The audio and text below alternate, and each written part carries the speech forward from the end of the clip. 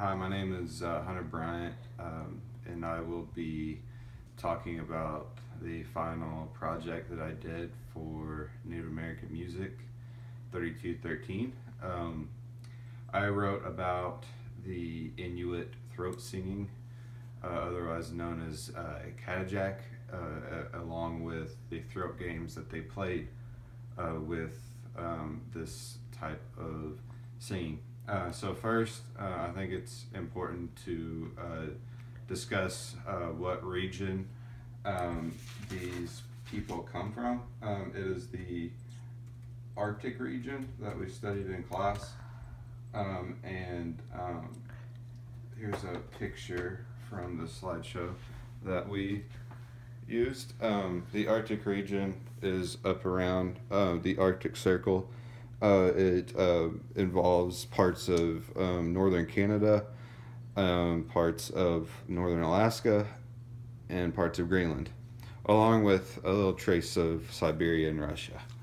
Um, Obviously, this region is extremely cold almost year round. Summers are extremely short. Winters are extremely long, and which makes survival that much harder. So that's kind of has to do with the region. So talking about the Katajak or the Inuit throat singing, along with the Inuit throat games, the women were the only participants in this type of singing and game. Um, the singing itself comes, they call it the throat singing because it comes directly from the throat, and the music comes from the diaphragm up. Um, it's a very it could be very rough sounding. It they try to the sounds they try to make imitate nature, animals in nature, water running in nature, thunder. They try to imitate these sounds along with names of their ancestors or their elders, their parents, even their children. Um, Now the games that they played in Katajak or the Inuit throat games, as it's sometimes described as, two women would face each other and they would get extremely close. They would sometimes they'd hold each other's arms, and sometimes their lips would be about that close from touching. And one woman, the first woman that would sing, would set the tone and what they were singing about, and the second competitor, the person that went after her, had to mimic that sound, and very quick. It was just kind of a ricochet back and forth. Um, so the first one would start out, and the second one would try to imitate her and make the same noise, or make the noise that goes with that particular song. And they'd go back and forth, and the first person would set the rhythm, so they'd go back and forth.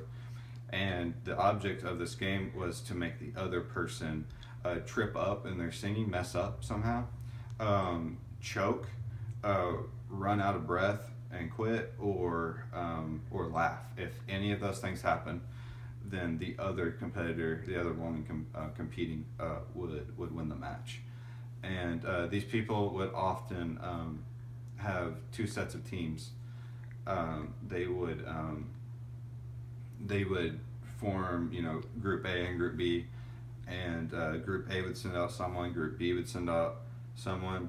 They would compete. Let's say Group B won, then Group A would send out another person to compete with the previous champion, and they would alternate women back and forth until no one was left, and then the team that won, the team that had no one left would lost the match, and the other team would win. This type of game was for entertainment. These women would stay close to the home while the men went out hunting animals and whatnot. So they would they'd be close to home, and it was a way of entertaining themselves, keeping each other company, building morale. But it went a little further than that.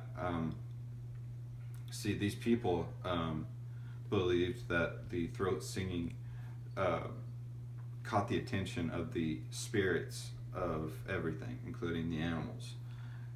So in the Inuit society, these women were performing somewhat of a duty to the community because they were awakening or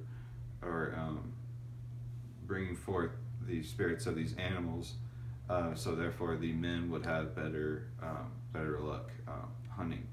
So in a way, the singing itself was seen on the same level as the hunting, and that's very important because if it's seen on the same levels as the hunting, then one can say that women and men in the Inuit society were on the same pedestal as are a lot of Native American societies. Men and women seem to be on equal footing.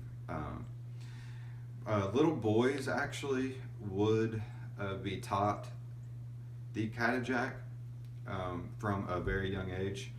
The mothers would teach their young and their babies this form of singing as a breathing exercise.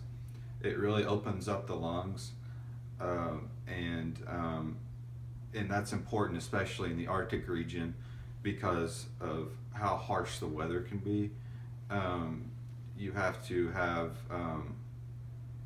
you have to be able to take full breaths in extreme cold weather in order to survive. They would also teach their babies this as a form of lessons, and the different songs.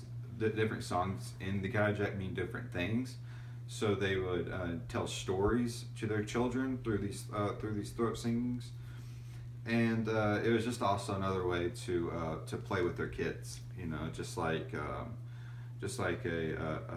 son and his parent might go out and play baseball today, play catch with the baseball. In the Inuit society, this was a way of playing with your kids. So that's pretty neat. In modern day, somewhat modern day, the first recording of the Katajak was in 1954.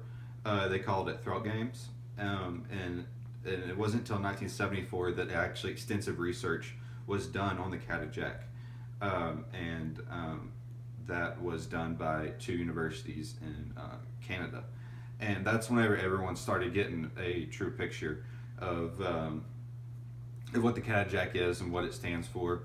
And the amazing thing about these findings is that the Katajak has not changed really at all since it was first sung, and I think that's very unique and very telling of the Inuit people and what their traditions mean to them, and so yeah, I think definitely a lesson can be learned there. That is the Katajak, and thank you so much for listening.